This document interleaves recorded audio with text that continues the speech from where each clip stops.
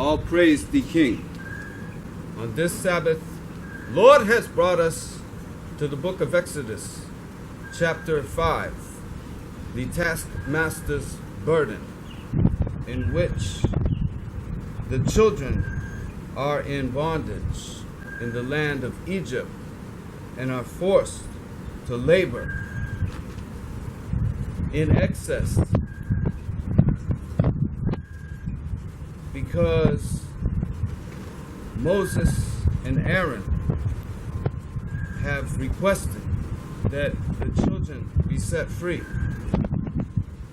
Now, the man known as Moses, a descendant of the tribe of Levi through Kohath,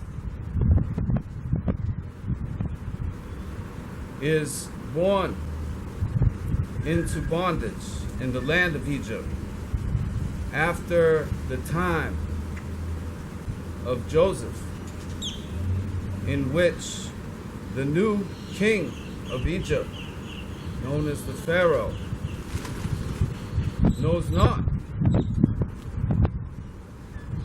and sees the children of Israel as a threat to his power, and orders that the males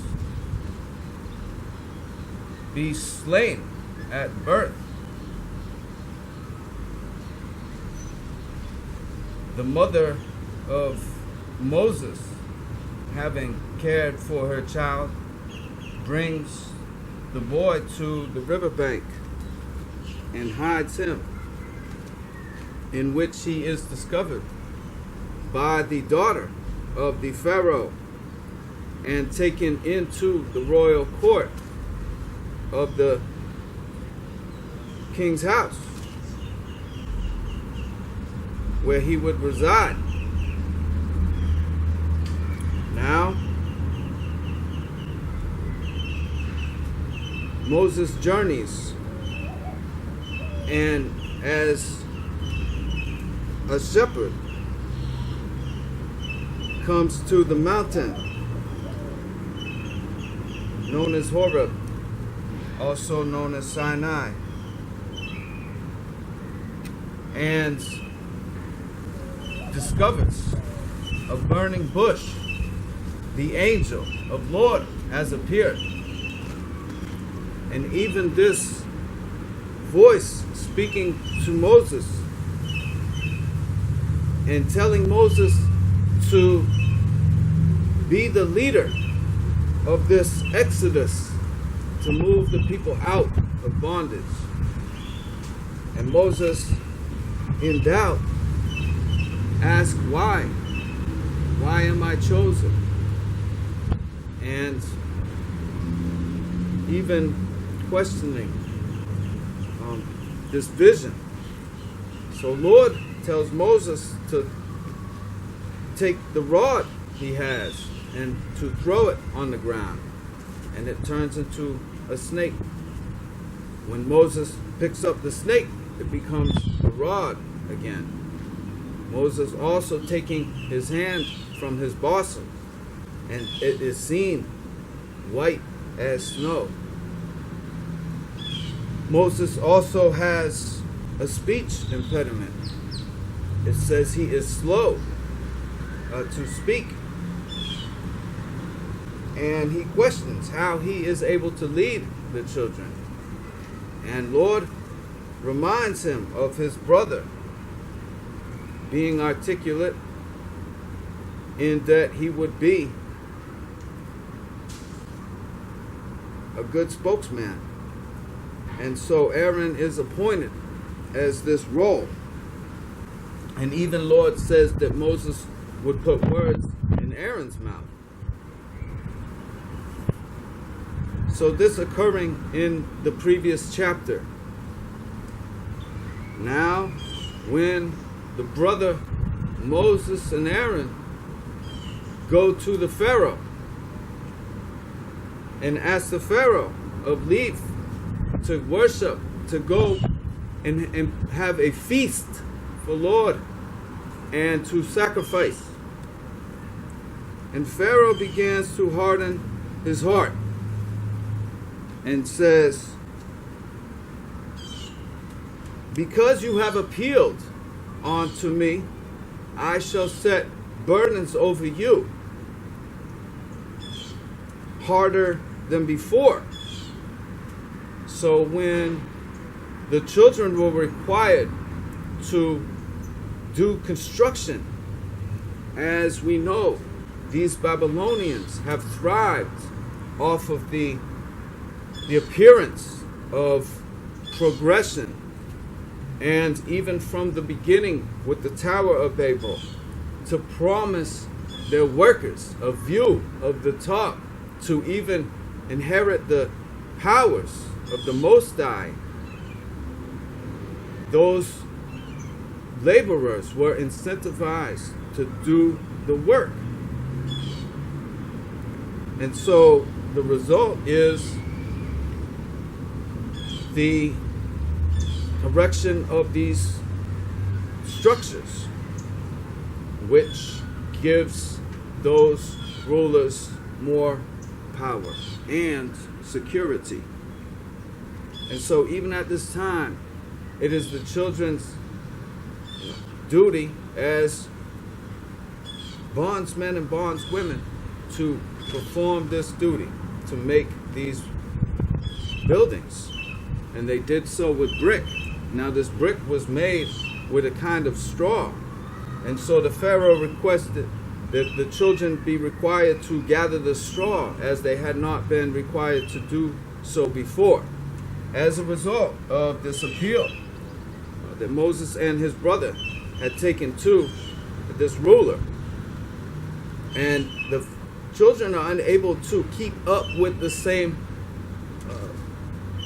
level of work that they were previously when they had not been required to gather the straw.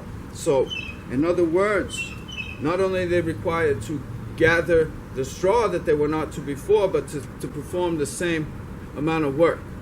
And they found this to be just not, they were not able to do this. So they began to gather grass. Now, the taskmasters what had been appointed, the supervisors over these plantations, began to beat the children for not having gathered enough straw. And those bosses or officers of the children come to the Pharaoh and say, crying, why do you deal with our servants like such? For it is not their fault, but the fault of those that you have appointed over them, because they're not able to do the work. Now, the Pharaoh calls them lazy, saying that they're idle, that they shall go and work. And these officers now come to Aaron and Moses, and they ask them,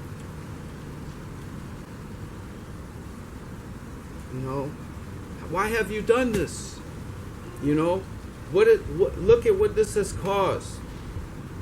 So even those officers, even the children, could not see this place the Lord has set before their eyes. So if they have this faith, and Moses and Aaron have asked Lord,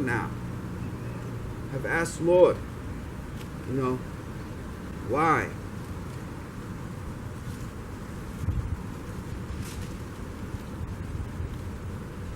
Has you treated the people evil? Now, we should know that Moses had slain an Egyptian, and he had spoken peace to his people afterwards. And they had said, why should we listen to you? For blood is on your hand. So even Lord had sought to kill Moses. Yet it was his wife, Zipporah, a Midianite, who saved Moses by circumcising his son.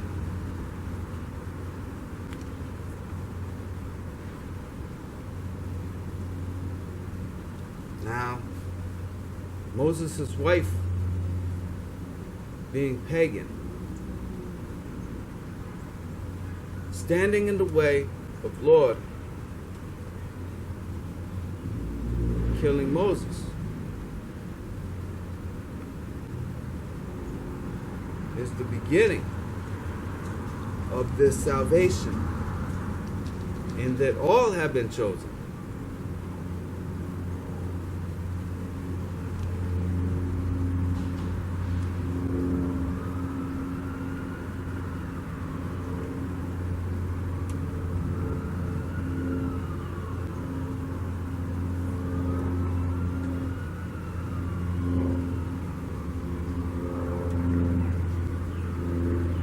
Rulers have set tasks over us, unable to complete, having entreated us so unfairly because of their fear that we will rise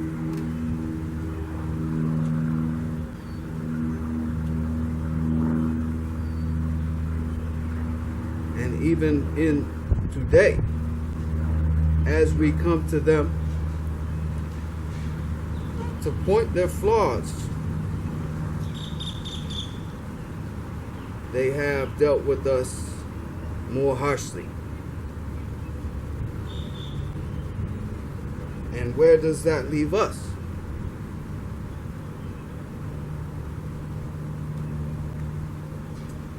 For 40 years, the children wandered, hopeless, and yet they still survived. They have leadership, and the leadership is appointed. So, although Moses may have doubted even his own abilities,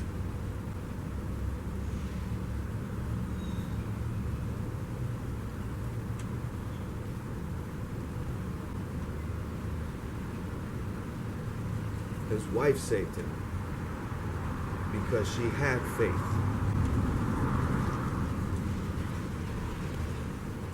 In Jah.